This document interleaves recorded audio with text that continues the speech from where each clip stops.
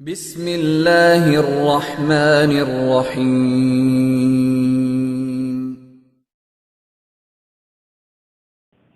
تو اسلامی تاریخ کے اعتبار سے سال کے 12 مہینے ہیں اور اس میں سب سے پہلا مہینہ محرم الحرام کا مہینہ ہے۔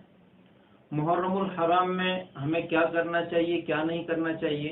ہمارے یہاں محرم الحرام کو لے کر بہت سی رسومات اور بہت سی وہ باتیں جس کا تعلق شیعہ حضرات سے ہیں، جس کا تعلق غیر اسلامی ہیں، جو شرعی اعتبار سے بالکل جائز اور درست نہیں ہیں، وہ باتیں بھی مسلمانوں کے درمیان آ گئی ہیں اور ہو رہی ہیں۔ محرم الحرام یہ فضیلت والا مہینہ ہے، بابرکت مہینہ ہے۔ صحیح مسلم شریف کی روایت ہے، اللہ کے رسول صلی اللہ تعالی علیہ وسلم نے ارشاد فرمایا کہ رمضان المبارک کے بعد اگر کوئی روزہ افضل ہے تو وہ محرم الحرام کا روزہ ہے، یعنی عاشورہ کا روزہ ہے، تو اس لحاظ سے بھی اس کی فضیلت ہے۔ اب اس کے علاوہ کہ لوگوں کے ذہنوں میں جو یہ بات ہے، ہر سال جیسے ہی محرم الحرام کا چاند نظر آتا ہے اور لوگوں کے ذہنوں میں سیدنا حسین رضی اللہ تعالیٰ عنہ کی شہادت میدان کربلا میں یہ تازہ ہو جاتی ہے، اس کا استحضار ہو جاتا ہے۔ اب اس موقع پر شیعہ حضرات بھی کچھ اپنے رسومات کو ادا کرتے ہیں۔ شیعہ حضرات یکم محرم سے لے کے 10 محرم تک، بعض حضرات اس سے آگے تک اپنی دکانوں کو بند کرتے ہیں، اپنے کاروبار کو بند کرتے ہیں، ماتم مناتے ہیں اور اس مہینوں کو منحوس سمجھتے ہیں۔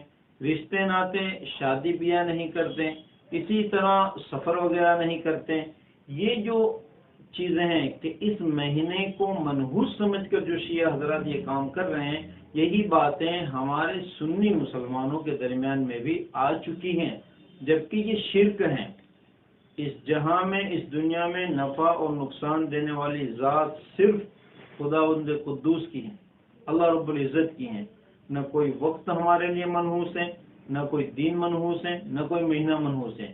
ہاں، اسلام میں اس کے برخلاف وقت کی، دین کی، مہینوں کی فضیلت بیان کی گئی ہے۔ سیدنا عبداللہ ابن عباس رضی اللہ تعالیٰ عنہما سے کسی نے سوال کیا کہ ابن عباس، سب سے بہتر عمل کون سا ہے؟ تو آپ نے فرمایا کہ 5 وقتہ نماز اپنے وقت پر پڑھنا۔ پھر پوچھا کہ سب سے بہتر دن کون سا ہے؟ تو آپ نے فرمایا سب سے بہتر دن جمعہ کا دن ہے۔ پھر پوچھا کہ سب سے بہتر مہینہ کون سا ہے؟ تو آپ نے فرمایا کہ سب سے بہتر مہینہ رمضان مبارک کا مہینہ ہے۔ تو محترم سامعین، اسلام میں دینوں کی، وقت کی اور مہینے کی فضیلت کا تو ذکر ہے، لیکن کسی گھڑی، کسی وقت، کسی دن اور کسی مہینے کی نحوست کا ذکر نہیں ہے۔ لہذا ہمارے لیے سال کے 365 دن یہ خوشی والے ہیں، اور یہ خوشی اس وقت ہوگی کہ جب ہمارے لیے یہ لمحات اللہ کی بندگی میں گزریں، اللہ کی رضا کے ساتھ گزریں۔ لہذا اس مہینے کو منحوس سمجھنا یہ نظریہ شیعوں کا ہے اور یہ شرکیہ نظریہ ہے۔ لہذا اس مہینے میں شادی بیاہ نہ کرنا یہ نظریہ شیعوں کا ہے۔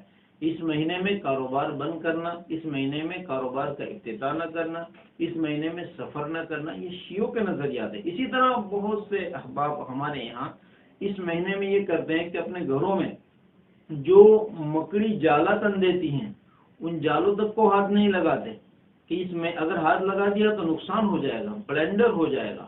یہ سمجھتے ہیں یہ سارے نظریات غیر اسلامی ہیں، اس کا کوئی تعلق نہیں ہے۔ اس مہینے میں رسول کریم صلی اللہ تعالی علیہ وسلم سے اگر کوئی عمل ثابت ہے تو وہ صرف عاشورہ کا روزہ ہے، اس کے ساتھ ایک دن پہلے یا ایک دن بعد کا روزہ ہے، اس کے علاوہ کوئی عمل ثابت نہیں ہے۔ یہ بابرکت مہینہ ہے، اس کو خوشی کے ساتھ، جس طرح ہم عام مہینوں میں اللہ کی بندگی کرتے ہیں، اس طرح بندگی کے ساتھ گزارنا چاہیے۔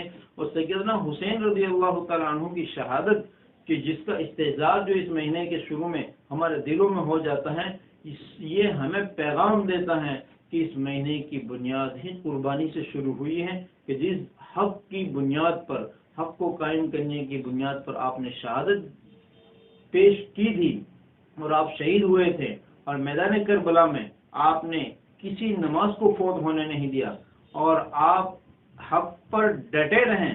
یہ پیغام ہے امت مسلمہ کے نام، جو ہر سال محرم میں لوگوں کے ذہنوں میں جو یاد آتا ہے اور جو یاد دہانی ہوتی ہیں کربلا کے واقعے سے، لہذا ہمیں اپنی زندگی کو حضرت حسین رضی اللہ تعالیٰ عنہ کے نقش قدم پر لانا چاہیے، اور یہی سچے اہل بیت سے محبت ہے۔ لوگ کہتے ہیں کہ اس مہینے میں لوگوں میں یہ باتیں عام ہیں کہ حضرت حسین رضی اللہ تعالیٰ عنہ کی شہادت ہوئی ہے نواسہ رسول کی، لہذا ہمیں کوئی خوشی کا کام نہیں کرنا چاہیے، اس سراسر غلط ہے۔ یہ مہینہ میدان کربلا میں پیش آنے والے واقعے سے پہلے سے ہی عظمت والا ہے، برکت والا ہے، لہذا اس مہینے میں مسلمان کے لیے کوئی خاص عبادت کا عمل نہیں ہے، اور بالکل رسومات سے پرہیز کرنا چاہیے، ماتم وغیرہ سے، سیاہ اور کالا لباس پہننے سے، اسی طرح کچھ عورتیں گھروں میں جو مرثیہ پڑھتی ہیں، وہ ماتم کی کہانیاں پڑھتی ہیں، ان تمام باتوں سے پرہیز کرنا چاہیے اور اسے منحوس ہرگز نہیں سمجھنا